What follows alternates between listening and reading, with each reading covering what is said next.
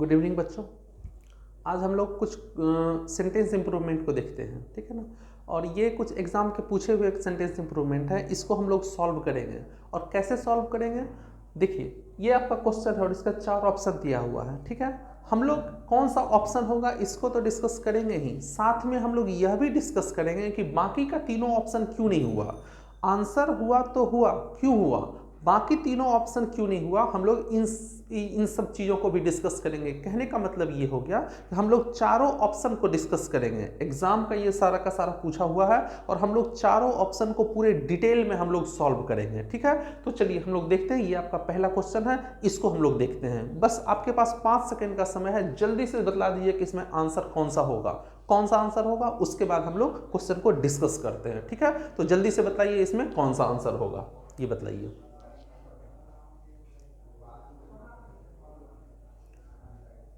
चलिए अब हम लोग डिस्कस करते हैं, ठीक है। अब देखिएगा एक चीज देखिए, लिखा हुआ I had dash eggs in the fridge so we needed to go to the market to buy them, ठीक है, ये लिखा हुआ है। अब सोचिए एक चीज समझिएगा, एक आपका होता है, आपको पता होगा कि एक आपका डिटर्मिनर होता है, एक डिटर्मिनर आपका होता है फ्यू, एक डिटर्मिनर होता है आपका फ्यू, और इसी का होता है अफ्यू।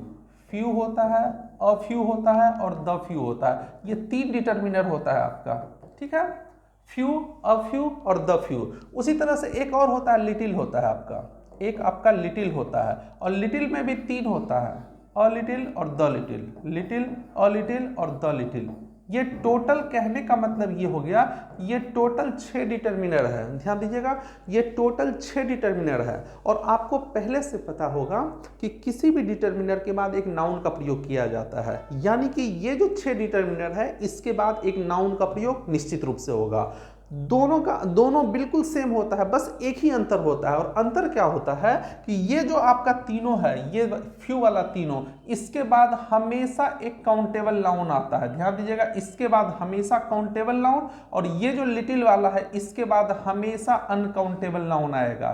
फिर से बता रहे हैं, फ्यू वाला जितना भी है सबके बाद एक काउंटेबल नाउन आता है, और काउंटेबल नाउन में भी हमेशा प्लूरल काउंटेबल नाउन का प्रयोग होगा, ठीक है। कभी भी सिंगुलर काउंटेबल नाउन का प्रयोग नहीं होता है। फ्यू वाले, चाहे फ्यू हो, अफ्यू हो, द फ्यू हो, इन सब के बाद हमेशा एक प्लूरल काउंटेबल नाउन आता है। और लिटिल वाला जो होता है, तीनों लिटिल, अ लिटिल और द लिटिल, इसके बाद हमेशा एक अनकाउंटेबल नाउन आता है। और आपको पता है कि अनकाउंटेबल नाउन हमेशा क्या होता है, सिंगुलर होता है। तो कहने का मतलब इसके बाद हमेशा जो नाउन आएगा वो नाउन आपका प्लूरल होगा, और अनकाउंटेबल नाउन तो आपका सिंगुलर होता ही है, ठीक है। एक बात ये। दूसरी बात, एक बात और याद रखिएगा, ये जो फ्यू और लिटिल होता है, ये दोनों जो होता है ये आपका निगेटिव है, ये दोनों आपका निगेटिव है। और ये जो चारों होता है, ये चारों का चारों आपका पॉजिटिव है।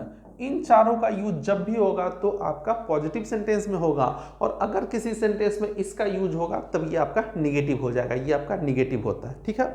अब समझिएगा, देखिए यहाँ पर एग्स लिखा हुआ है, एग में एस लगा हुआ है, एग सिंगुलर होता है और एग में एस लग गया तो वो प्लूरल हो गया।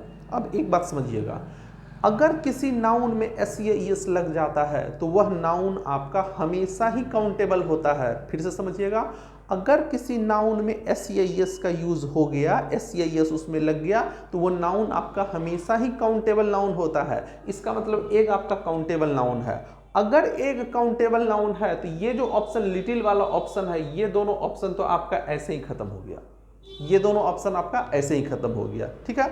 अब हमको देखना है कि या तो ये सेंटेंस सही है, अगर ये सेंटेंस सही है तब इसको इंप्रूव करने की जरूरत नहीं है, हमारा आंसर ये हो जाएगा, या नहीं तो आपका ये हो जाएगा, ठीक है। आपको पता है फ्यू आपका निगेटिव है, और अफ्यू का अर्थ होता है कुछ, थोड़ा या कुछ, और ये जो फ्यू लिखा हुआ है इसका अर्थ होता है नहीं के बराबर। अब सोचिएगा, अगर यह सेंटेंस केवल यहीं तक लिखा होता, अगर यह सेंटेंस यहीं तक लिखा होता तब हमारा सेंटेंस सही होता।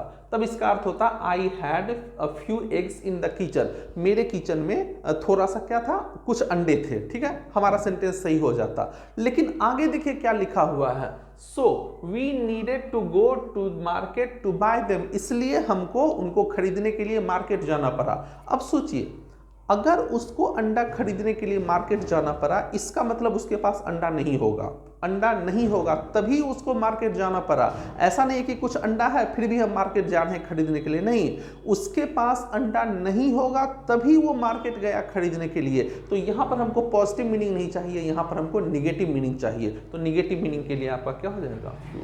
आई हैड फ्यू एग्स, हमारे पास नहीं के बराबर अंडे थे, अंडे नहीं थे इसलिए हमको जाना पड़ा मार्केट खरीदने के लिए। ठीक है, तो ये याद रखिएगा, फ्यू का यूज हमेशा काउंटेबल नाउन के लिए, प्लूरल काउंटेबल नाउन के लिए, और लिटिल का प्रयोग हमेशा अनकाउंटेबल नाउन के लिए होता है। ठीक है, ये आपका पहला क्वेश्चन था। आगे हम लोग देखते हैं, इस क्वेश्चन को देखिए और देखकर बतलाइए जल्दी से कि कहां पर इसमें कौन सा आंसर होगा। सारा क्वेश्चन आपके एग्जाम का पूछा हुआ है। ठीक है, एक भी क्वेश्चन ऐसा नहीं है जो अपने मन से दिया गया है, सारा एग्जाम का पूछा हुआ क्वेश्चन है। और जल्दी से देखकर बताइए इसमें कहां पर गलती है। इस सेंटेंस को देखिए और बताइए कहां पर गलती है।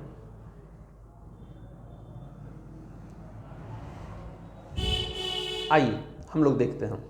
अब एक बात याद रखिएगा, देखिए, it is likely that a new pair of shoes. अब एक बात देखिए, यहां पर शूज लिखा हुआ है। आपको पता है कि अगर कहीं पर shoes, scissors, goggles, spectacles, binoculars अगर ये सब लिखा होता है तो ये सब हमेशा प्लूरल होता है और इसमें हमेशा एस लगा होता है। शूज, गॉगल्स, सीजर्स, पिंसर्स, ये सब ऐसा नाउन है जिसमें हमेशा एस लगा होता है, कभी बिना एस का नहीं आएगा। अगर इसमें एस नहीं लगा हुआ है तो ये क्या हो जाएगा, गलत हो जाएगा। ध्यान दीजिएगा, अगर कहीं पर शूज लिखा हुआ है तो इसमें हमेशा एस या ईएस लगा होगा, ये आपका सही है। और ये जो शू लिखा हुआ है, ये जो लिखा हुआ है, ये शू आपका क्या है, गलत है। ये आपका सही है और ये आपका गलत है।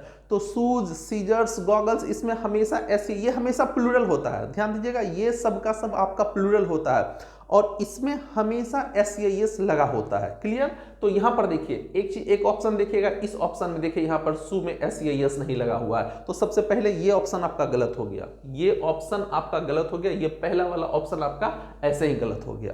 क्लियर? ये ऑप्शन गलत हो गया। अब एक बात और समझिएगा, एक बात और समझिएगा, देखिए, अगर कहीं भी दो नाउन लिखा हुआ है, अगर कहीं भी दो नाउन लिखा हुआ है और दो नाउन अगर किसी प्रीपोजिशन से जुड़ा हुआ रहे, अगर कहीं भी दो नाउन है, एक नाउन ये और एक नाउन ये, दो नाउन है और दो नाउन अगर किसी प्रीपोजिशन से जुड़ा हुआ रहेगा तो याद रखिएगा वर्ब का प्रयोग हमेशा पहले वाले नाउन के अनुसार होता है। अगर दो नाउन किसी प्रीपोजिशन से जुड़ा हुआ रहेगा तो जो वर्ब आता है वो वर्ब हमेशा पहले वाले नाउन के अनुसार होता है, कभी भी बाद वाले नाउन के अनुसार नहीं होता है। फिर से एक बात समझिए, अगर कभी भी दो नाउन किसी प्रीपोजिशन से जुड़ा हुआ है, दो नाउन है और उसके बाद बीच में एक प्रीपोजिशन है, तो हमेशा वर्ब जब भी आएगा तो पहले वाले नाउन के अनुसार आएगा। अब सोचने वाली बात है कि बाद वाले नाउन के अनुसार क्यों नहीं आएगा, तो प्रीपोजिशन के बाद जो भी नाउन आता है वो आपका ऑब्जेक्ट बन जाता है। प्रीपोजिशन के बाद जो भी नाउन आता है ये नाउन आपका ऑब्जेक्ट बन जाता है और आपको पता है कि ऑब्जेक्ट के बाद कभी भी वर्ब नहीं आता है, ऑब्जेक्ट के अनुसार वर्ब का प्रयोग कभी नहीं होता है। तो इसके अनुसार वर्ब का प्रयोग कभी नहीं होगा, इसके अनुसार वर्ब का प्रयोग कभी नहीं होगा, वर्ब का प्रयोग पहले वाले के अनुसार होगा। ठीक है, ये दो कंसेप्ट को आप समझ लीजिए। ठीक है, अब आइए क्वेश्चन पर देखते हैं। देखिए यहां पर लिखा हुआ इट इज लाइकली, लाइकली का अर्थ होता है जिसके होने की संभावना हो, और लाइकली आपका एडजेक्टिव होता है। ध्यान दीजिएगा, ये जो लाइकली लिखा हुआ है ये लाइकली आपका एडवर्ब मत समझिएगा, ये लाइकली आपका एडजेक्टिव है जिसके होने की संभावना हो। ly लगा हुआ है फिर भी ये आपका क्या है, एडजेक्टिव है। इट इज लाइकली दैट, अब देखिए दैट आपका कंजंक्शन है, यहां पर दैट आपका कंजंक्शन है और कंजंक्शन के पहले यहां पर एक सेंटेंस है और यहां से देखिए एक दूसरे सेंटेंस की शुरुआत हो रही है, दूसरे सेंटेंस की शुरुआत हो रही है और इस सेंटेंस का सब्जेक्ट कौन है, अ न्यू पेयर। ये वाला लिखा हुआ ये आपका सेंटेंस का सब्जेक्ट है और देखिए सब्जेक्ट आपका सिंगुलर है, सब्जेक्ट आपका क्या है, सिंगुलर है। अगर सब्जेक्ट सिंगुलर है तो, और यहां पर देखिए यहां पर एक नाउन यहां पर ये है, एक नाउन आपका ये है और बीच में ऑफ जो लिखा हुआ ये ऑफ आपका क्या है, प्रीपोजिशन। तो देखिए एक नाउन ये और एक नाउन ये, बीच में आपका प्रीपोजिशन। तो जो भी वर्ब आएगा वो हमेशा किसके अनुसार आएगा, पहले वाले के अनुसार आएगा। ध्यान दीजिएगा, अगर दो नाउन किसी प्रीपोजिशन से जुड़ा हो तो वर्ब का प्रयोग हमेशा पहले वाले नाउन के अनुसार होता है। और एक बात और समझिएगा कि कोई भी वर्ब, जितना भी वर्ब होता है, सारा का सारा वर्ब आपका पहले से प्लूरल होता है। जितना भी वर्ब होता है वो वर्ब आपका पहले से प्लूरल होता है। और वर्ब में जब हम लोग एस या ईएस लगाते हैं तब जो वर्ब बनता है वो वर्ब आपका सिंगुलर हो जाता है। ठीक है, फिर से बतला रहे हैं, जितना भी वर्ब होता है वर्ब का बेस फॉर्म हमेशा प्लूरल होता है। कहने का मतलब ये हो गया कि अगर कहीं पर कम लिखा हुआ है, ध्यान दीजिएगा, अगर ये कम लिखा हुआ है तो ये कम आपका प्लूरल है, ये कम आपका प्लूरल है। और इसमें जब हम लोग एस लगाकर इसको कम्स बना देते हैं तब ये कम्स आपका सिंगुलर हो जाता है। तो जितना भी V1 होता है सारा का सारा V1 प्लूरल होता है, और जितना भी V5 होता है सारा का सारा V5 सिंगुलर। तो कहने का मतलब जितना भी V1 होगा सारा का सारा V1 प्लूरल, और जितना भी V5 होता है सारा का सारा V5 आपका सिंगुलर होता है। इस बात को याद रखिएगा। ठीक है, अब एक बात समझिए, देखिए यहां पर देखिए एक नाउन ये और एक नाउन ये, बीच में आपका प्रीपोजिशन। तो वर्ब का प्रयोग जब भी होगा तो पहले वाले के अनुसार होगा। और वर्ब देखिए आपका सिंगुलर है तो वर्ब भी सिंगुलर होगा। लेकिन ब्रिंग देखिए, ब्रिंग आपका क्या है, प्लूरल है। कैसे पता चला प्लूरल है? तो इसमें एस या एस नहीं लगा हुआ है। तो ना वर्ब में जब एस या एस लगता है तभी सिंगुलर होता है। इसका मतलब क्वेश्चन गलत है। अगर क्वेश्चन गलत है तो ये वाला इंप्रूवमेंट, ये वाला ऑप्शन तो आपका ऐसे ही गलत हो गया, क्योंकि हमको क्या चाहिए, इसमें इंप्रूवमेंट की जरूरत है। तो ये वाला ऑप्शन आपका ऐसे ही गलत हो गया। ठीक है, अब या तो हमारा ये होगा या ये होगा, बस यही दोनों में से हो सकता है, या तो ये होगा या ये होगा। अब इसको समझने के लिए हम एक सेंटेंस लिखते हैं, दोनों में से कौन होगा लिखते हैं।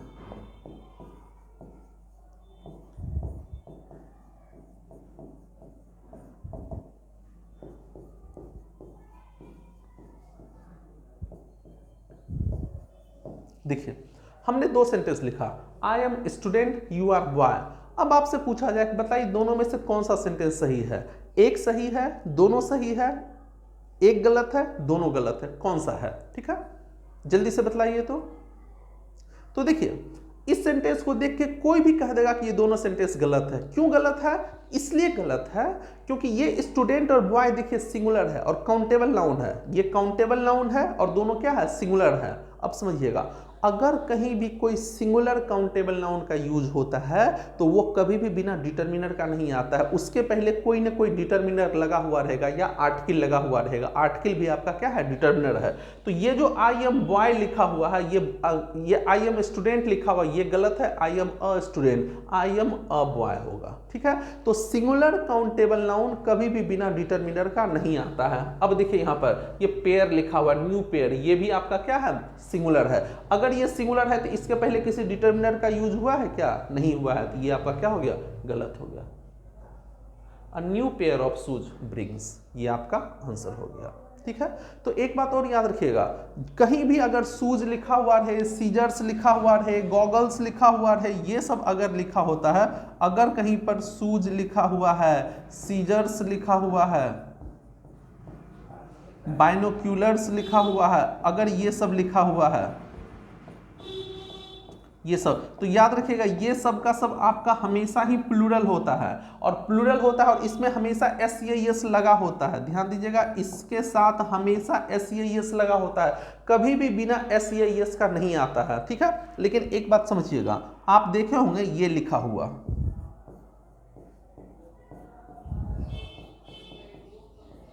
ये वाला देखें, शू पॉलिश, ये वाला देखे होंगे। ठीक है, तो यहां पर ध्यान दीजिएगा, ये शूज, ये पॉलिश जो लिखा हुआ है, ये पॉलिश यहां पर आपका नाउन है, ये वाला पॉलिश नाउन है। लेकिन ये जो शू लिखा हुआ ये यहां एडजेक्टिव है।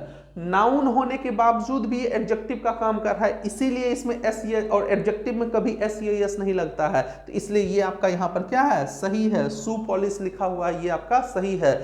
जब इन सब का प्रयोग, ध्यान दीजिएगा, जब इन सब का प्रयोग, ये नाउन है, जब किसी नाउन का प्रयोग एडजेक्टिव के रूप में होने लगता है तब उस नाउन में एस या एस कभी नहीं लगता है। तो यहां पर ये देखिए एडजेक्टिव है, यानी मॉडिफायर है। और ये दोनों आपका कंपाउंड नाउन है, ये दोनों आपस में मिलकर आपका बन रहा है कंपाउंड नाउन, ये आपका कंपाउंड नाउन बन रहा है। ठीक है। तो याद रखिएगा इन सब में कभी भी एस या एस के बिना ये नहीं आता है, लेकिन जब इनका यूज एडजेक्टिव के रूप में होने लगता है तब उसमें एस या एस नहीं लगता है। हम लोग बोलते हैं स्पेक्टिकल मेकर, चश्मा बनाने वाला, हम लोग बोलते हैं स्पेक्टिकल, स्पेक्टिकल मेकर, चश्मा बनाने वाला। तो स्पेक्टिकल भी वही होता है, देखिए इसमें एस या एस नहीं लगा हुआ है, लेकिन अगर इसका यूज यहाँ एडजेक्टिव के रूप में हुआ है, मेकर आपका नाउन है लेकिन ये स्पेक्टिकल क्या हो गया, एडजेक्टिव हो गया। लेकिन अगर केवल स्पेक्टिकल लिखा हो तब गलत हो जाएगा, तब वहाँ स्पेक्टिकल्स लिखना पड़ेगा, ठीक है। तो ये सब याद रखिएगा, ये वाला याद रखिएगा। बराबर पूछा जाता है कि अगर दो नाउन किसी प्रीपोजिशन से जुड़ा होगा तो वर्ब का प्रयोग हमेशा पहले वाले नाउन के अनुसार होता है। क्लियर? आगे हम लोग बढ़ते हैं। इसका आंसर बतलाइए। How many 10 rupees note have you got? आपके पास कितने 10 रुपए के नोट हैं? ये जल्दी से बतलाइए। इसको समझने के लिए एक हम लिखते हैं, हम इसको लिखते हैं।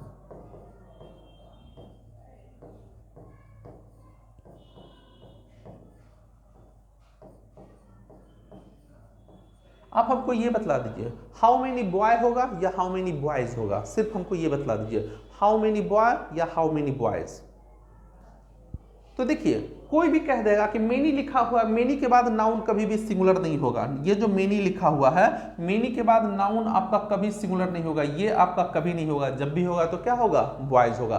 तो अगर कभी भी हाउ मेनी, अगर मेनी का प्रयोग हो जाए तब उसके बाद आने वाला नाउन आपका हमेशा प्लूरल ही होता है, ठीक है। तो देखिए यहाँ पर ये देखिए नोट लिखा हुआ, हाउ मेनी को हाउ मेनी है तो हाउ मेनी के बाद ये भी सिंगुलर है और ये भी सिंगुलर है, तो ये दोनों तो आपका ऐसे ही गलत हो गया, क्योंकि यहाँ पर नोट लिखा हुआ और ये आपका ऐसे ही क्या हो गया, गलत हो गया, ठीक है, ये गलत हो गया। अब आप एक बात और समझिएगा, एक बात और अब या तो हमारा क्वेश्चन सही है, क्वेश्चन अगर सही है तब ये हो जाएगा, और अगर क्वेश्चन गलत है तब हमारा आंसर ये होगा। तो देखिए यहाँ पर नोट जो लिखा हुआ ये आपका नोट आपका नाउन है, ये नोट नाउन है, और नाउन के पहले कुछ भी आता है वो आपका एडजेक्टिव होता है। अभी हमने बताया कि नाउन के पहले कुछ भी आए जो नाउन के बारे में बात करे वो आपका एडजेक्टिव होता है, और एडजेक्टिव में कभी भी एस या एस नहीं लगा होता है। लेकिन यहाँ देखिए रुपीज में क्या लगा हुआ है, एस लगा हुआ है, तो ये आपका गलत हो गया, यानी क्वेश्चन आपका क्या है, गलत है। अगर क्वेश्चन गलत है तो ये वाला सही है, ठीक है।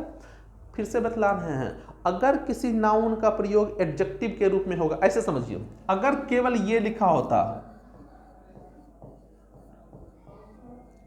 ये आपका सही है, अगर 10 रुपीज लिखा हुआ तो ये सही है, लेकिन ऐसे लिखा हुआ रहेगा,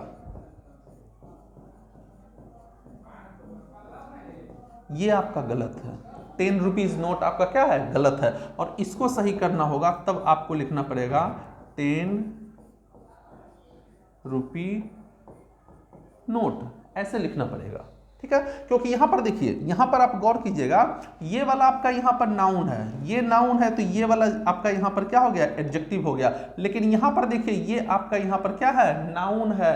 नाउन सिंगुलर प्लूरल हो सकता है, एडजेक्टिव कभी भी सिंगुलर प्लूरल नहीं होता है। सिंगुलर प्लूरल दो ही चीज होता है, या तो नाउन या वर्ब। चूंकि नाउन के बदले प्रोनाउन आता है तो प्रोनाउन भी सिंगुलर प्लूरल हो जाता है, लेकिन सिंगुलर प्लूरल एडजेक्टिव कभी नहीं होता है। एडजेक्टिव में सिंगुलर प्लूरल नहीं होता है, एडजेक्टिव में नंबर नहीं होता है, ठीक है। तो यहां पर ये एडजेक्टिव था इसीलिए इसमें एस नहीं लगेगा, ये आपका क्या हो जाएगा, गलत हो जाएगा, ठीक है। अगला क्वेश्चन देखते हैं, आइए इसको देखिए और देखकर बतलाइए कौन सा आंसर होगा।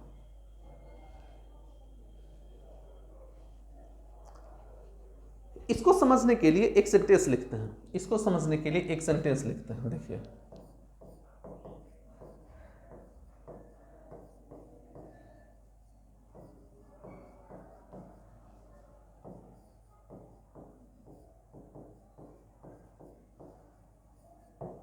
He has come here yesterday, और आपको बताना है कि ये सेंटेंस है, वह कल ही यहाँ आया है, वह कल ही यहाँ आया है, ये सेंटेंस लिखा हुआ है। आपको बताना है कि ये सेंटेंस आपका सही है या गलत है।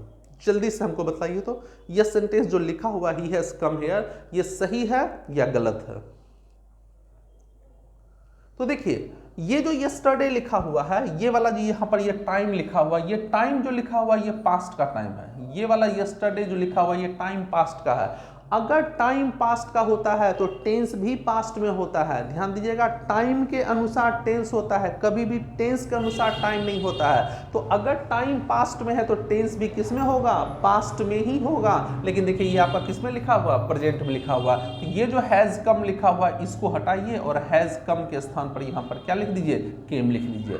तो ध्यान दीजिएगा, अगर टाइम पास्ट का दिया हुआ हो तो टेंस भी आपका पास्ट का ही होता है। क्लियर। अब क्वेश्चन को देखिए, देखिए यहाँ लास्ट फ्राइडे लिखा हुआ, अगर लास्ट फ्राइडे लिखा हुआ तो ये टाइम भी आपका किस में हो गया, ये टाइम भी आपका पास्ट में हो गया। तो अगर टाइम पास्ट में हो गया तो टेंस भी किस में होगा, पास्ट में ही होगा। लेकिन यहाँ पर देखिए ये प्ले लिखा हुआ, ये प्रेजेंट में लिखा हुआ, प्ले आपका प्रेजेंट में है। अगर प्रेजेंट में है तो ये वाला ऑप्शन गलत हो गया। यहाँ भी देखिए प्लेज लिखा हुआ, ये भी आपका ऑप्शन क्या हो गया, गलत हो गया। अब या तो ये होगा या नहीं तो ये होगा, बस यही दो चीज हो सकता है। ठीक है। अब देखिए प्लेड, यहाँ भी प्लेड है, यहाँ भी प्लेड है। अब देखिए यहाँ पर गुड लिखा हुआ, यहाँ पर वेल लिखा हुआ। अब इसको हम लोग समझ लेते हैं। ठीक है। अब देखिएगा, दो वर्ड होता है, दो वर्ड होता है, एक आपका होता है गुड और एक आपका होता है वेल। ठीक है। इसका कॉम्परेटिव डिग्री जो होता है, इन दोनों का कॉम्परेटिव डिग्री जो होता है, दोनों का कॉम्परेटिव डिग्री बेटर होता है और सुपरलेटिव डिग्री जो होता है ये आपका बेस्ट होता है। ठीक है। एक वर्ड आपका होता है बैड और एक वर्ड आपका होता है इल। इन दोनों का कॉम्परेटिव जो होता है आपका वर्स होता है और सुपरलेटिव जो होता है आपका वर्स्ट होता है। ठीक है ना। अब अंतर समझिए, इसमें अंतर समझिए। देखिए ये जो गुड और बैड होता है, ये गुड और बैड जो होता है ये दोनों आपका एडजेक्टिव है, ये दोनों आपका एडजेक्टिव है। और ये जो वेल और इल है ये दोनों आपका एडवर्ब है, ये दोनों आपका एडवर्ब है। अब समझिएगा एक बात समझिए, इंपॉर्टेंट चीज, जिस तरह से एडजेक्टिव का कॉम्परेटिव और सुपरलेटिव बनता है उसी तरह से एडवर्ब का भी कॉम्परेटिव और सुपरलेटिव बनता है। फिर से एक बार, जिस तरह से एडजेक्टिव का कॉम्परेटिव और सुपरलेटिव बनाया जाता है ठीक उसी तरह से एडवर्ब का भी कॉम्परेटिव और सुपरलेटिव डिग्री बनाया जाता है। तो ये आपका एडजेक्टिव, ये आपका एडवर्ब, और दोनों का कॉम्परेटिव बेटर और बेस्ट होगा। ध्यान दीजिएगा। और ये जो चारों यहां पर लिखा हुआ है ये आपका एडजेक्टिव भी है और एडवर्ब भी है, ये आपका एडजेक्टिव भी है और ये आपका एडवर्ब भी है, दोनों होता है। ये एडजेक्टिव एडवर्ब दोनों, एडजेक्टिव एडवर्ब दोनों, एडजेक्टिव एडवर्ब, एडजेक्टिव एडवर्ब दोनों। बस अंतर सिर्फ पॉजिटिव डिग्री में होता है। गुड और बैड आपका एडजेक्टिव है और वेल और ये आपका इल है, एडवर्ब है। अब समझिए एडजेक्टिव का यूज कहाँ करते हैं और एडवर्ब का यूज कहाँ करते हैं। तो जब हमको किसी नाउन के बारे में बात करना हो तब वहाँ एडजेक्टिव का यूज करते हैं, लेकिन जब हमको किसी वर्ब के बारे में बात करना हो तब वहाँ हमको एडवर्ब का यूज करना पड़ता है। तो देखिए ये वाला आपका यहाँ पर एडजेक्टिव है, ये वाला पोर्शन आपका एडजेक्टिव है और ये वाला पोर्शन आपका यहाँ पर एडवर्ब लिखा हुआ है। अब देखिए ये वर्ब की विशेषता बतला रहा है, तो वर्ब की विशेषता यहाँ पर ये प्लेड जो लिखा हुआ ये वर्ब है, यहाँ भी ये वर्ब है और यहाँ भी ये वर्ब है। तो वर्ब की विशेषता एडजेक्टिव नहीं बतलाएगा, वर्ब की विशेषता कभी भी एडजेक्टिव नहीं बतलाता है। तो ये आपका ऑप्शन गलत, आंसर ये हो गया। वर्ब की विशेषता हमेशा एडजेक्टिव बतलाएगा। तो ये वाला याद रखिएगा, जिस तरह से एडजेक्टिव का कॉम्परेटिव और सुपरलेटिव होता है उसी तरह से एडवर्ब का भी कॉम्परेटिव और सुपरलेटिव होता है। क्लियर। कैसे, ऐसे समझिए। एक सेंटेंस और लिखते हैं, देखिए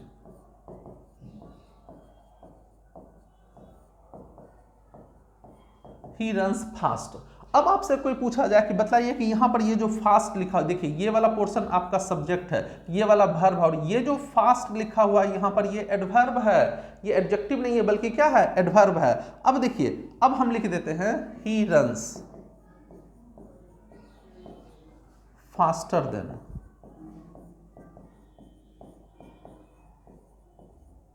आई। अब देखिए, अब यहां पर देखिए फास्टर हमने कर दिया। तो देखिए ऐसा नहीं है कि अब यहां पर देन लिखा हुआ है तो ये एडजेक्टिव हो गया, नहीं। जिस तरह से एडजेक्टिव का कॉम्परेटिव सुपरलेटिव होता है उसी तरह से एडवर्ब का भी कॉम्परेटिव सुपरलेटिव होता है। ये जो देन आया है ये एडवर्ब के लिए कॉम्परेटिव डिग्री का एडवर्ब है। ठीक है। ये पॉजिटिव डिग्री का एडवर्ब और ये आपका कॉम्परेटिव डिग्री का एडवर्ब है। जिस तरह से एडजेक्टिव में के कॉम्परेटिव डिग्री में देन का प्रयोग होता है उसी तरह से एडवर्ब के कॉम्परेटिव डिग्री में भी देन का प्रयोग होता है। इस बात को याद रखिएगा। एडजेक्टिव और एडवर्ब का कॉम्परेटिव और सुपरलेटिव बनाया जाता है। क्लियर। आगे बढ़ते हैं, इसको देखिए। Many a man would welcome the opportunity, कह रहा है कि बहुत से लोग उस अवसर का क्या करेंगे, स्वागत करेंगे। ठीक है, जल्दी से बतलाइए तो कहाँ गलती है। समझिए, एक चीज समझिएगा, देखिए अगर कहीं भी मेनी लिखा हुआ रहेगा, अगर कहीं भी आपको मेनी लिखा हुआ मिल जाए तो मेनी के बाद जो भी नाउन आता है वो नाउन आपका हमेशा प्लूरल ही होगा। मेनी के बाद आने वाला नाउन आपका हमेशा प्लूरल होगा और इसके बाद जो भी वर्ब आएगा वो वर्ब भी आपका प्लूरल होगा। फिर से बतला रहे हैं, मेनी के बाद आने वाला नाउन आपका हमेशा काउंटेबल होता है और प्लूरल होता है और उसके बाद आने वाला वर्ब भी आपका हमेशा प्लूरल होगा। लेकिन अगर कहीं भी मेनी लिखा हुआ रहे, अगर कहीं भी मेनी लिखा हुआ है और मेनी के बाद ए या एन लिखा हुआ रहे, तब समझ जाइएगा इसके बाद जो भी नाउन आएगा वो नाउन आपका सिंगुलर हो जाएगा और इस अगर चूंकि नाउन सिंगुलर है तो इसके बाद जो भी वर्ब आएगा वो वर्ब भी आपका सिंगुलर हो जाएगा। क्लियर?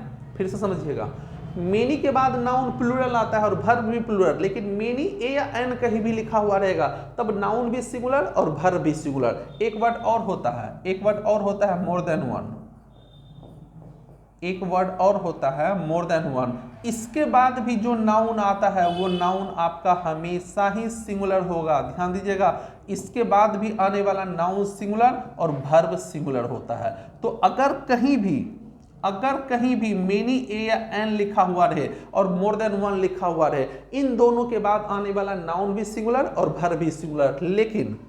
लेकिन अगर कहीं पर मोर लिखा हुआ है और मोर के बाद कोई नाउन आ गया, मोर के बाद कोई नाउन और तब जाकर देन वन लिखा हुआ रहेगा, मोर के बाद कोई नाउन। अब समझिएगा, ये नाउन यहां ना आकर यहां आ जाए, तो मोर के बाद कोई नाउन आए तो समझिएगा कि ये नाउन आपका हमेशा प्लूरल ही होगा और चूंकि नाउन प्लूरल है तब इस केस में अब जो होगा वर्ब भी आपका कैसा हो जाएगा? प्लूरल। जैसा नाउन वैसा ही वर्ब। ये दो तीन कंसेप्ट है, इसको याद रखिएगा कि अगर कहीं पर मेनी लिखा हुआ है तो मेनी के बाद आने वाला केवल मेनी है तब नाउन प्लूरल, और मेनी के बाद ए या एन लिखा हुआ रहेगा तब नाउन सिंगुलर और वर्ब सिंगुलर। जैसा नाउन होता है वैसा ही वर्ब होता है। नाउन आपका प्लूरल था, verb plural, noun singular verb singular, noun singular verb singular, noun plural verb plural. तो जैसा नाउन वैसा ही वर्ब। क्लियर? अब क्वेश्चन पर आते हैं। देखिए क्वेश्चन पर आते हैं, देखिए मेनी लिखा हुआ है और मेनी के बाद देखिए यहाँ पर नाउन सिंगुलर हो गया, ये वाला आपका गलत हो गया। यहाँ भी देखिए मेनी लिखा हुआ और उसके बाद नाउन सिंगुलर है, ये वाला आपका गलत हो गया। ये दोनों आपका क्या हो गया? गलत हो गया। और मेनी के बाद देखिए यहाँ पर नाउन सिंगुलर होना चाहिए, मेनी ए लिखा हुआ है, मेनी ए के बाद नाउन सिंगुलर होना चाहिए, लेकिन यहाँ पर नाउन प्लूरल है, तो ये वाला गलत। इसका मतलब क्वेश्चन हमारा क्या था? सही था। क्वेश्चन हमारा सही था। क्लियर? एक सेंटेंस देखिए, एक एग्जाम आपके एग्जाम में ये क्वेश्चन पूछा हुआ है,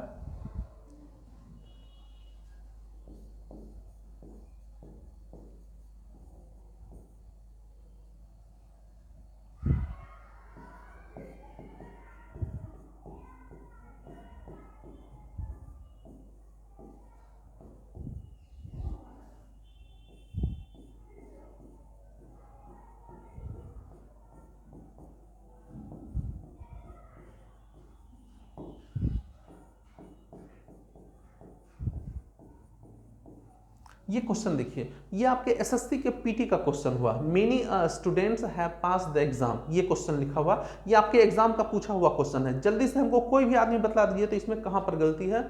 many students have pass the exam, कहां पर गलती है? तो देखिए अभी हमने क्या पढ़ा कि अगर कहीं भी मेनी के बाद ए या एन दोनों में से कुछ भी लिखा हुआ रहेगा तब नाउन सिंगुलर होगा, लेकिन नाउन देखिए यहां पर क्या है? प्लूरल है। तो ये जो स्टूडेंट्स है, स्टूडेंट्स में से एस को क्या करना पड़ेगा? हटाना पड़ेगा। लेकिन फिर सोचिए, अगर आप यहां से एस को हटा दीजिएगा तो नाउन सिंगुलर, तो मेनी एक या एन के बाद नाउन सिंगुलर और वर्ब भी सिंगुलर होता है, तो यहां पर हैव के बदले आपको क्या करना पड़ेगा? हैज करना पड़ेगा। लेकिन दोनों देखिए अलग अलग पार्ट में लिखा हुआ है, आप दो पार्ट में करेक्शन नहीं कर सकते हैं। इसमें से एस को हटा दें और हैव के बदले हैज कर दें, ऐसा आप नहीं कर सकते हैं। दोनों अलग अलग पार्ट में है, ऐसा कर ही नहीं सकते हैं। तब हम क्या करेंगे? दो पार्ट में सही नहीं करेंगे, यहां से ए जो लिखा हुआ है इसी ए को हम लोग क्या करेंगे? हटा देंगे। तो मेनी के बाद देखिए नाउन भी प्लूरल और वर्ब भी आपका प्लूरल हो गया। ये आपके एग्जाम पूछा हुआ क्वेश्चन था। ठीक है, तो मेनी के बाद अब नाउन भी प्लूरल और वर्ब भी प्लूरल, तो ए को यहां से हम लोग क्या करेंगे? हटा देंगे। बाकी सबको नहीं करेंगे, केवल ए को यहां से हम लोग हटा देंगे। क्लियर? आगे बढ़ते हैं। इस क्वेश्चन इसको देखिए, of this 2 chapters we have found this one the easiest. कह रहा है कि जो भी 2 चैप्टर्स हमने पाया उसमें से यह वाला जो है सबसे इजी है, ठीक है ना। अब एक बात देखिए, अगर किसी सेंटेंस की शुरुआत ऑफ से होती है, समझिएगा, अगर किसी सेंटेंस की शुरुआत ऑफ से होती है तब उसका हिंदी मीनिंग होता है में से। उसका हिंदी, ये ऑफ लिखा हुआ है तो इसका अर्थ हो जाएगा में से, इसका अर्थ होता है में से। ऑफ दिस 2 चैप्टर्स, इन दोनों चैप्टर्स में से, इसका अर्थ होता है में से, ठीक है।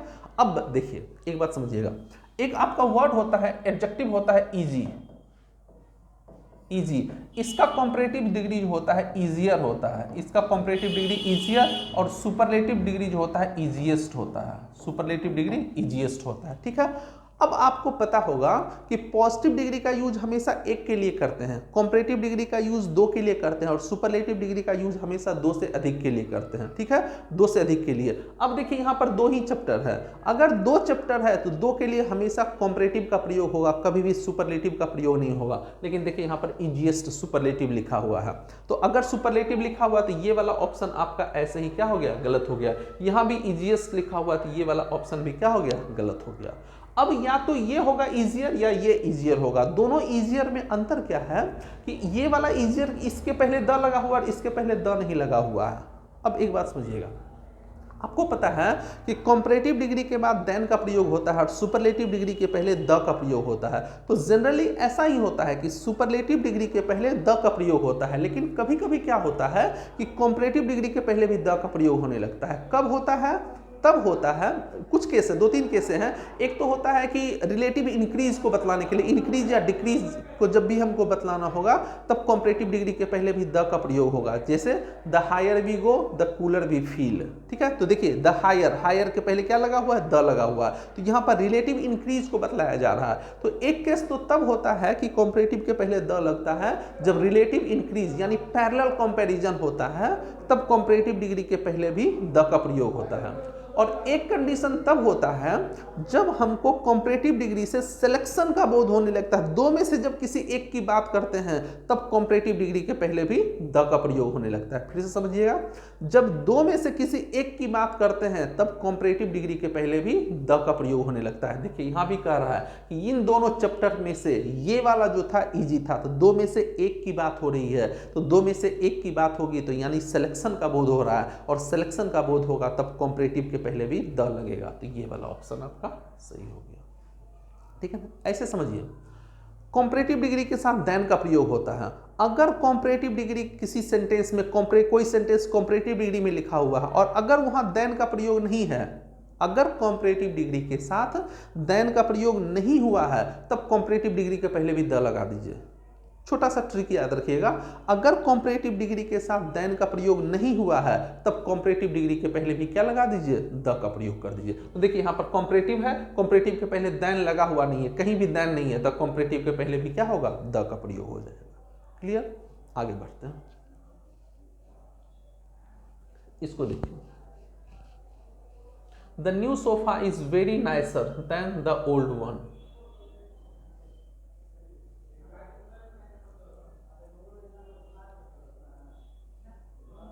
देखिए एक चीज समझिएगा, देखिए यहां पर देन लिखा हुआ है, अगर यहां पर देन लिखा हुआ है तो निश्चित रूप से हमको कंपैरेटिव डिग्री की आवश्यकता होगी। अगर देन लिखा हुआ है तो इसका मतलब सेंटेंस में हमको कंपैरेटिव डिग्री की जरूरत होगी। लेकिन यहां पर देखिए ये आपका पॉजिटिव डिग्री है, ये वाला गलत, ये भी आपका पॉजिटिव डिग्री है, ये वाला भी आपका क्या हो गया, गलत हो गया। ये दोनों ऑप्शन आपका क्या हो गया, गलत हो गया। क्लियर। अब एक बात और समझिएगा, एक बात और समझिएगा, देखिए ये आपका कंपैरेटिव डिग्री है नाइस, समझिएगा नाइस का कंपैरेटिव जो हो गया, नाइस में ईआर लगा दिए कंपैरेटिव, अब ये ऑलरेडी कंपैरेटिव हो गया, अब इसके पहले फिर से मोर लगाने की जरूरत नहीं है। जैसे टॉल है तो टॉल का कंपैरेटिव टॉलर होता है, अब आप मोर टॉलर नहीं कर सकते हैं, समझिएगा। अगर कहीं भी टॉल लिखा हुआ है तो टॉल का कंपैरेटिव जो होता है टॉलर होता है, ये आपका टॉलर होता है, तो और सुपरलेटिव जो होता है आपका टॉलेस्ट होता है, सुपरलेटिव आपका टॉलेस्ट होता है। तो अगर टॉलर आपका कंपैरेटिव है तो आप कभी भी ऐसे नहीं लिख सकते हैं, मोर टॉल अगर लिख दीजिएगा तो ये आपका क्या हो जाएगा, गलत हो जाएगा। एक ही एडजेक्टिव के लिए दो कॉम्परेटिव डिग्री का प्रयोग नहीं होता है। तो टॉल के साथ ER लगाकर कॉम्परेटिव बना दिए, अब फिर मोर का प्रयोग नहीं होगा। उसी तरह देखिए यहाँ पर नाइस में देखिए कॉम्परेटिव हो गया, यहाँ पर मोर लगा हुआ, तो ये वाला ऑप्शन आपका क्या हो गया, गलत हो गया। क्लियर। अब देखिए, अब या तो यहां पर वेरी नाइसर होगा या मच नाइसर होगा। अब इसको समझने के लिए एक चीज हम लोग लिखते हैं, देखिए हम लोग बोलते हैं वेरी गुड, हम लोग बोलते हैं वेरी गुड, और हम लोग एक चीज और बोलते हैं much better, it is much better, ऐसे करके बोलते हैं वेरी गुड और मच बेटर। आपको पता है कि ये जो गुड लिखा हुआ, ये गुड आपका पॉजिटिव डिग्री है, ये आपका पॉजिटिव डिग्री है, और ये जो बेटर लिखा हुआ ये बेटर आपका कॉम्परेटिव डिग्री है। ठीक है, तो ध्यान दीजिएगा, पॉजिटिव डिग्री के पहले वेरी का प्रयोग होता है, लेकिन जब भी कोई कॉम्परेटिव डिग्री होगा उसके पहले मच का प्रयोग होगा। तो याद रखिएगा, वेरी के साथ हमेशा पॉजिटिव डिग्री का प्रयोग होता है, वेरी के साथ हमेशा पॉजिटिव डिग्री का प्रयोग होगा। लेकिन अगर कहीं भी मच लिखा हुआ है तो मच के साथ कॉम्परेटिव डिग्री का प्रयोग होता है। वेरी के साथ पॉजिटिव डिग्री और मच के साथ आपका कॉम्परेटिव डिग्री का प्रयोग होता है। इस बात को याद रखिएगा, very plus positive degree, much plus comparative degree. अब देखिए ये आपका कॉम्परेटिव डिग्री है, इसके पहले मच का प्रयोग होगा, लेकिन यहाँ कॉम्परेटिव डिग्री के पहले देखिए वेरी का प्रयोग हो गया, ये ऑप्शन गलत हो गया। ठीक है, देखिए हम लोग चारों ऑप्शन को डिस्कस करके चलते हैं, ऐसा नहीं है केवल आंसर को हम लोग डिस्कस कर रहे हैं, हम लोग सारे ऑप्शन को डिस्कस करते हुए चलते हैं कि ये आंसर हुआ, बाकी तीनों क्यों नहीं हुआ। ये आंसर तो हुआ लेकिन बाकी तीनों ऑप्शन क्यों नहीं हुआ, हम इसको भी डिस्कस करते चलते हैं। तो हम लोग पूरा डिटेल में डिस्कशन करेंगे, केवल आंसर को डिस्कस नहीं करना है। ठीक है, आगे बढ़ते हैं, इसको देखिए, there are opportunities for both the rich and the poor, ये लिखा हुआ है। इसको समझने के लिए एक सेंटेंस लिखते हैं, इसको समझने के लिए एक सेंटेंस लिखते हैं। देखिए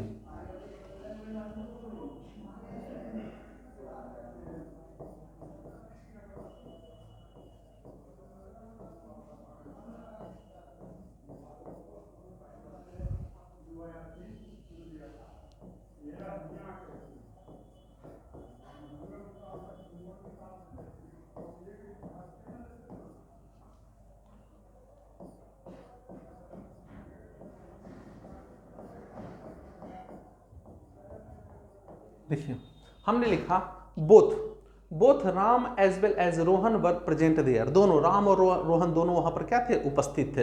अब आपको बताना है कि इसमें कहां पर गलती है, ये जो सेंटेंस लिखा हुआ है इसमें कहां पर गलती है आपको ये बतलाना है। ठीक है ना, ये बहुत ही इजी कंसेप्ट है, सबको पता है। देखिए अगर कभी भी बोथ लिखा होता है तो बोथ के साथ कभी भी एज वेल एज का प्रयोग नहीं होता है, बोथ के साथ कभी भी एज वेल एज का प्रयोग कभी नहीं होता है। बोथ के साथ जब भी यूज होता है तो किसका यूज होता है, एंड का यूज होता है, और एग्जाम में एज वेल एज लगाकर क्वेश्चन देता है। तो ध्यान दीजिएगा, बोथ के साथ कभी भी एज वेल एज का यूज नहीं होता है। क्लियर, बोथ के साथ हमेशा एंड का प्रयोग होता है। एक सेंटेंस और लिखते हैं,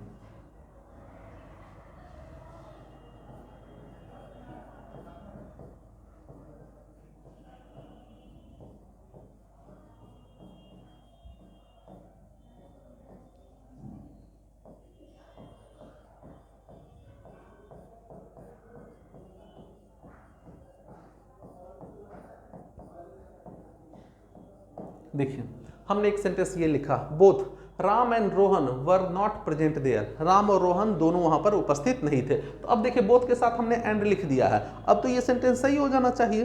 बोथ के साथ, अभी हमने कहा बोथ के साथ हमेशा एंड का प्रयोग होता है, तो बोथ के साथ हमने यहाँ एंड का प्रयोग कर दिया, तो अब तो ये सेंटेंस सही हो जाना चाहिए। लेकिन अभी भी ये सेंटेंस गलत है। क्यों गलत है, तो याद रखिएगा, बोथ का यूज हमेशा पॉजिटिव सेंटेंस में होता है, बोथ के साथ कभी भी नॉट का प्रयोग नहीं होता है। फिर से बतला रहे हैं, बोथ का यूज हमेशा पॉजिटिव सेंटेंस में होता है, बोथ के साथ कभी भी नॉट का प्रयोग नहीं होता है। लेकिन देखिए यहाँ पर बोथ के साथ नॉट लगा दिया गया, तो ये सेंटेंस आपका क्या हो गया, गलत हो गया। तब इसको सही करने के लिए हमको क्या करना पड़ेगा, नॉट को हटाना पड़ेगा। लेकिन फिर सोचिए, अगर आप यहाँ से नॉट को हटा देते हैं, अगर आप यहां से नॉट को हटा देते हैं तो ये सेंटेंस आपका पॉजिटिव हो जाएगा। निगेटिव से क्या बन गया, पॉजिटिव, किसी भी सेंटेंस को निगेटिव से पॉजिटिव करके कभी सही नहीं किया जाता है। सेंटेंस का मीनिंग चेंज नहीं होना चाहिए, सेंटेंस को इस तरह से सॉल्व करना चाहिए कि उसका मीनिंग कभी चेंज नहीं होना चाहिए, ठीक है, ध्यान रखिएगा। तो अगर हम नॉट हटा देंगे तो सेंटेंस का तो मीनिंग चेंज हो गया, पहले निगेटिव था अब क्या हो गया, पॉजिटिव हो गया। तब हम लोग क्या करेंगे, ये गलत हो गया। तब हम लोग क्या करते हैं कि अगर हमको दो के लिए निगेटिव देना पड़ेगा तब वहां नाइदर नॉर का प्रयोग करते हैं, ठीक है, फिर से बता रहे हैं, अगर हमको दो के लिए निगेटिव का प्रयोग करना पड़े तब वहां हम लोग नाइदर नॉर का प्रयोग करते हैं। तो इस सेंटेंस को अगर हमको सही करना पड़ेगा तो इस सेंटेंस को सही करने के लिए ऐसे लिखना पड़ेगा, नाइदर राम नॉर रोहन। अब यहां वर नहीं हो कि यहां पर वॉज हो जाएगा, वॉज प्रेजेंट देयर।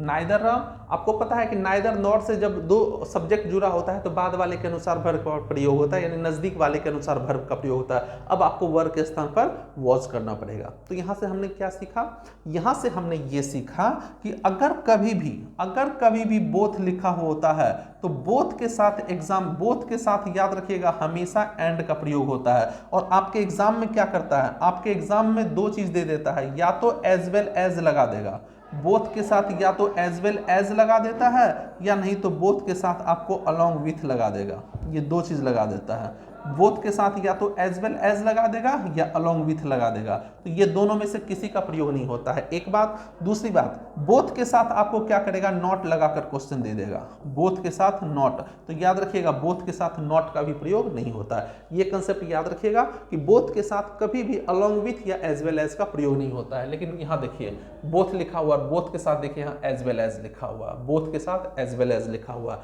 ये वाला ऑप्शन आपका क्या हो गया, गलत हो गया, ठीक है। ये पहला ऑप्शन आपका गलत हो गया, ठीक है। अब इसको समझिएगा, एक चीज और समझिएगा, इसको समझने के लिए इस क्वेश्चन को बाकी अभी इन चारों में से कौन सा होगा हमको इसको समझना है, ठीक है। अब एक चीज समझिएगा, इसको समझने के लिए एक नया स्लाइड लेते हैं। देखिए अगर कहीं भी कोई एडजेक्टिव लिखा हुआ है, समझिएगा, अगर कहीं भी एडजेक्टिव लिखा हुआ है और एडजेक्टिव के पहले जैसे ही हम लोग द लगा देते हैं ये आपका नाउन में कन्वर्ट हो जाता है। इस बात को याद रखिएगा, अगर कहीं भी कोई एडजेक्टिव लिखा हुआ है और एडजेक्टिव के पहले जैसे ही द लगा देते हैं, कैसा एडजेक्टिव, ह्यूमन क्वालिटी वाला एडजेक्टिव, वैसा एडजेक्टिव जो ह्यूमन क्वालिटी से रिलेटेड हो, तो एडजेक्टिव के पहले जैसे ही द लगाते हैं ये नाउन में कन्वर्ट हो जाता है। नाउन में भी आपका ये प्लूरल नाउन होता है, ये आपका प्लूरल नाउन। कैसे, ऐसे समझिए, अगर कहीं जैसे द पुअर लिखा हुआ है, अगर कहीं भी द पुअर लिखा हुआ है तो इसका अर्थ होता है पुअर पीपल, इसका अर्थ हो जाएगा पुअर पीपल, पुअर का अर्थ हो गया पुअर पीपल, ठीक है। तो अगर कहीं पर एडजेक्टिव में द लग गया तो ये आपका नाउन बन गया। अब समझिए, अगर कहीं पर द पुअर लिखा हुआ है, अगर कहीं पर द पुअर लिखा हुआ तो ये आपका प्लूरल नाउन है, और प्लूरल नाउन है तो इसके लिए जो वर्ब आएगा वो वर्ब क्या आएगा, प्लूरल वर्ब आएगा। या तो आर आएगा, हैव आ सकता है, वर आ सकता है, कुछ भी आ सकता है, कोई ना कोई प्लूरल नाउन आएगा। क्लियर। अब समझिए, अगर कहीं पर द पुअर लिखा हुआ है तो ये आपका ऑलरेडी प्लूरल है।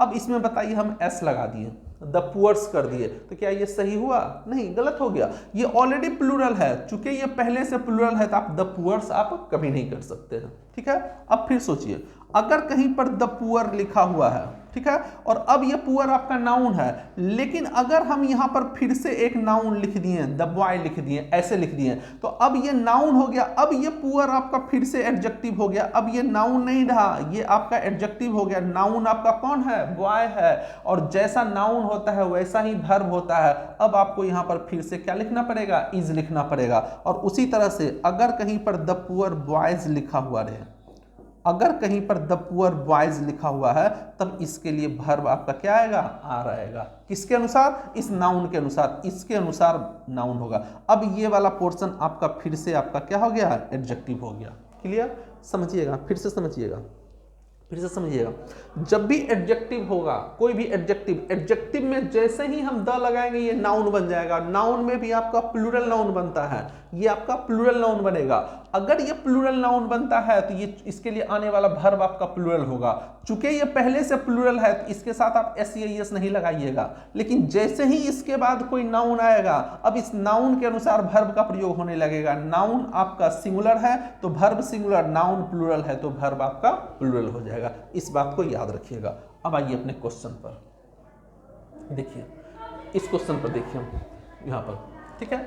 अब देखिए यहाँ पर देखिए बोथ लिखा हुआ है और यहाँ पर ये बोथ लिखा हुआ है और यहाँ पर एंड लिखा हुआ है। यहाँ भी देखिए बोथ लिखा हुआ और एंड लिखा हुआ है यहाँ पर। अब एक बात और समझिएगा, ये जो एंड होता है, ये एंड होता है, एंड आपका कोऑर्डिनेट कंजंक्शन होता है। फिर से समझिएगा, एंड आपका कोऑर्डिनेट कंजंक्शन होता है और हमेशा ये समान चीज को जोड़ता है। एंड के पहले जो पार्ट्स ऑफ स्पीच होगा, एंड के बाद भी वही पार्ट्स ऑफ स्पीच होता है। जैसे एंड के पहले अगर कोई नाउन है, अगर एंड लिखा हुआ है, एंड के पहले अगर कोई नाउन है तो एंड के बाद भी नाउन होगा। एंड के पहले अगर कोई एडजेक्टिव है तो एंड के बाद भी आपका एडजेक्टिव ही होगा। एंड के पहले अगर कोई वर्ब है तो एंड के बाद भी आपका वर्ब ही होगा। एंड हमेशा समान चीज को जोड़ता है, इस बात को याद रखिएगा। अब आइए अपने क्वेश्चन पर, अब अपने क्वेश्चन पर आइए। देखिए यहां पर देखिए एंड लिखा हुआ है, ये एंड लिखा हुआ और रीच, आपको पता है कि रीच और पुअर एडजेक्टिव होता है। रीच एडजेक्टिव है, पुअर एडजेक्टिव है। जैसे हम लोग बोलेंगे द रीच, द रीच, इसका अर्थ हो जाएगा रिच पीपल, इसका अर्थ होता है रिच पीपल, क्योंकि रिच आपका एडजेक्टिव है। हम लोग बोलेंगे द पुअर, द पुअर, तो इसका अर्थ होता है पुअर पीपल, इसका अर्थ होगा पुअर पीपल। तो रिच और पुअर जो होता है वो एडजेक्टिव होता है और एडजेक्टिव के पहले जैसे ही द लगाते ही नाउन बन जाता है। अब समझिए यहाँ एंड लिखा हुआ है, एंड के पहले देखिए द रिच लिखा हुआ है, इसका मतलब एंड के पहले यहाँ पर क्या लिखा हुआ है, नाउन। और एंड के बाद देखिए यहाँ पर पुअर लिखा हुआ है। आपको पता है पुअर यहाँ पर क्या है, एडजेक्टिव है, पुअर एडजेक्टिव है। पुअर नाउन कब होता है, जब उसके पहले क्या लगा होता है, द लगा होता है। लेकिन देखिए यहाँ पुअर के पहले द नहीं लगा हुआ, तो एंड से इधर नाउन है, इधर एडजेक्टिव है, इसका मतलब क्वेश्चन गलत हो गया। एंड हमेशा समान चीज को जोड़ता है, नाउन और एडजेक्टिव को नहीं जोड़ेगा, तो इसका मतलब ये वाला ऑप्शन आपका क्या हो गया, गलत हो गया। यहां भी देखिए, अब देखिए एक बात और समझिएगा, यहां पर देखिए द बोथ लिखा हुआ है, ये द बोथ लिखा हुआ है। दो तीन बातें ध्यान रखिएगा, दो तीन, अगर कहीं भी, एक बात समझिएगा, एक बात समझिएगा, तीन आपका होता है, एक होता है ऑल, एक होता है बोथ और एक होता है आपका हाफ। ये तीन आपका डिटर्मिनर होता है, ऑल, बोथ और हाफ।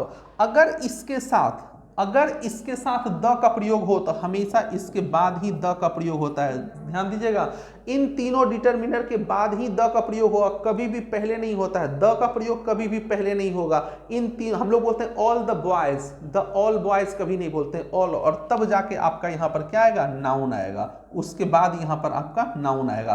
तो अगर कभी भी ऑल, बोथ और हाफ लिखा हुआ रहे और इसके साथ अगर हमको द का प्रयोग या दूसरा कोई भी डिटर्मिनर आएगा तो हमेशा उसके बाद आता है, कभी भी पहले नहीं आता है। लेकिन यहाँ देखिए बोथ के पहले द लिख दिया है।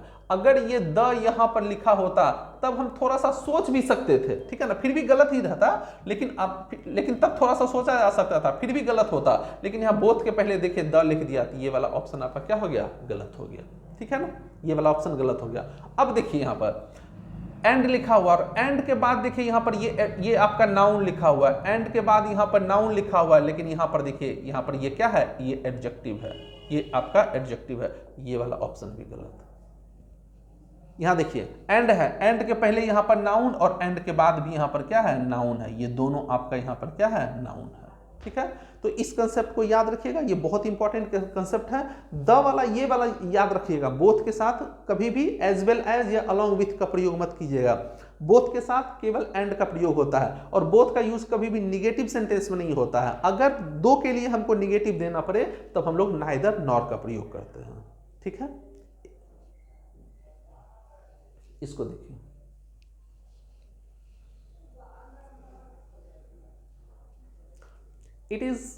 it is the most important question which you have to prepare very carefully, ठीक है। एक सेंटेंस लिखते हैं, एक सेंटेंस लिखते हैं, देखिए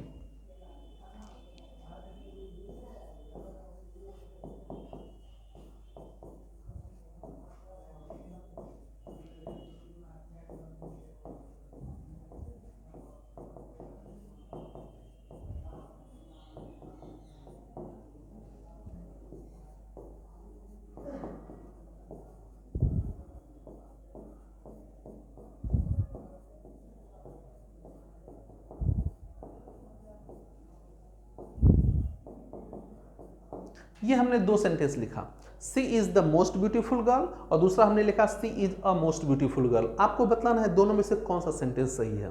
जल्दी से सोच कर बतलाइए तो दोनों सेंटेंस में से कौन सा सेंटेंस आपका सही है। चलिए देखते हैं। देखिए दो चीज होता है, एक आपका होता है द मोस्ट, समझिएगा, एक होता है आपका द मोस्ट। ये जो द मोस्ट होता है, ये द मोस्ट आपका सुपरलेटिव डिग्री होता है, समझिएगा। ये आपका द मोस्ट जो होता है ये आपका सुपरलेटिव डिग्री होता है और इसका अर्थ होता है बेस्ट, इसका अर्थ होता है बेस्ट। और एक होता है अमोस्ट, अमोस्ट, ये जो अमोस्ट होता है ये आपका पॉजिटिव डिग्री होता है, ध्यान दीजिएगा, अमोस्ट आपका पॉजिटिव डिग्री होता है और इसका अर्थ होता है वेरी। इस बात को याद रखिएगा, इस चीज को आप याद रखिएगा। द मोस्ट आपका सुपरलेटिव डिग्री होता है और अमोस्ट आपका पॉजिटिव डिग्री होता है। अब देखिए सुपरलेटिव डिग्री का प्रयोग हमेशा दो से अधिक के बीच में तुलना करने के लिए होती है। जब भी हमको तुलना करना हो, कंपेयर करना हो, तब वहां पर हम लोग सुपरलेटिव डिग्री का प्रयोग करते हैं। लेकिन अगर हमको एक की बात करनी होगी तब वहां हमको सुपरलेटिव का नहीं है बल्कि पॉजिटिव डिग्री का प्रयोग करना पड़ता है। तो देखिए यहां लिखा हुआ she is the most beautiful girl. अब देखिए यहां पर द मोस्ट लिखा हुआ है, इसका मतलब ये आपका सुपरलेटिव डिग्री है। द मोस्ट लिखा हुआ है ये आपका सुपरलेटिव डिग्री है। अब सोचिए अगर ये सुपरलेटिव डिग्री है तो इसकी तुलना किसी से हो रही है क्या? नहीं हो रही है। सुपरलेटिव डिग्री में हमेशा तुलना किया जाता है, लेकिन यहां पर इसकी तुलना किसी से नहीं हो रही है, इसलिए ये सेंटेंस आपका क्या है? गलत है। अब देखिए अमोस्ट लिखा हुआ है, इसका अर्थ यहां पर हो गया वेरी, ये आपका पॉजिटिव डिग्री है, तो ये सेंटेंस आपका क्या है? सही है। ऊपर वाला गलत था, नीचे वाला आपका सेंटेंस क्या था? सही था। ठीक है, तो अब देखिए यहां पर कह रहा है it is the most important question which you have to prepare very carefully. यह सबसे इंपॉर्टेंट क्वेश्चन है। अब देखिए एक ही क्वेश्चन है यहां पर और कोई क्वेश्चन नहीं है, एक ही क्वेश्चन है। अगर एक क्वेश्चन नहीं है, देखिए यहां भी द मोस्ट लिखा हुआ है, ये भी सुपरलेटिव है, लेकिन क्वेश्चन कितना है? एक ही क्वेश्चन है। तो एक क्वेश्चन के लिए हमेशा पॉजिटिव डिग्री का प्रयोग होता है। ये वाला ऑप्शन आपका गलत हो गया। यहां पर देखिए मोर लिखा हुआ है, अगर मोर लिखा है तो कोई कंपैरिजन होना चाहिए। बताइए कहीं पर कोई कंपैरिजन है क्या? देन का प्रयोग है, मोर के साथ देन का प्रयोग होता है क्या? कहीं भी कोई देन का प्रयोग है? नहीं है। ये वाला ऑप्शन आपका क्या हो गया? गलत हो गया। अब या तो it is a most important question होगा या it is most important question होगा, ये होगा। फिर से वही बात आपको बार बार कह रहे हैं, I am boy, I am boy. ये सेंटेंस सही या गलत? तो गलत है, क्योंकि सिंगुलर काउंटेबल नाउन कभी भी बिना डिटरमिनर का नहीं आता है। तो आई एम बॉय नहीं होगा, यहां पर हो जाएगा आई एम अ बॉय। ठीक है, अब देखिए यहां पर देखिए ये क्वेश्चन आपका नाउन है, इसके पहले डिटरमिनर का प्रयोग नहीं है, डिटरमिनर का प्रयोग नहीं है, तो ये वाला आपका गलत हो गया। It is the most important question. ठीक है, आज बार हम लोग इतना ही रखते हैं। देखिए हम लोग जो डिस्कस किए केवल ऑप्शन को डिस्कस नहीं किए हैं, कौन सा सही है केवल उसको डिस्कस नहीं किए, हम लोग चारों ऑप्शन को डिस्कस किए हैं। आपको एक्सप्लेनेशन, आपको एरर फ्री एक्सप्लेनेशन मिलेगा और डिटेल में एक्सप्लेनेशन मिलेगा। ठीक है, बस चैनल के साथ जुड़े रहिए और देखिए। अगर आप यहाँ तक पहुँच गए हैं, यहाँ तक वीडियो देख लिए हैं, तो निश्चित रूप से आपको बेहतर फील हुआ होगा। ठीक है ना, आप कंपेयर करके देख लीजिए, सबसे बेहतर आपको डिस्कशन मिलेगा गारंटी के साथ और एरर फ्री, कहीं भी कोई एरर नहीं। ऐसा नहीं है कि केवल आंसर को मिलाने के लिए कुछ भी डिस्कस कर दिए, ऐसा नहीं है। एरर फ्री आपको डिस्कशन मिलेगा। अगर आपको यह सेशन अच्छा लगा, वीडियो को प्लीज शेयर कर दीजिए, लाइक कर लीजिए, ठीक है ना, सब्सक्राइब कर लीजिए। ठीक है, आज भर हम लोग इतना ही रखते हैं, फिर अगले दिन हम लोग। ठीक है, थैंक यू।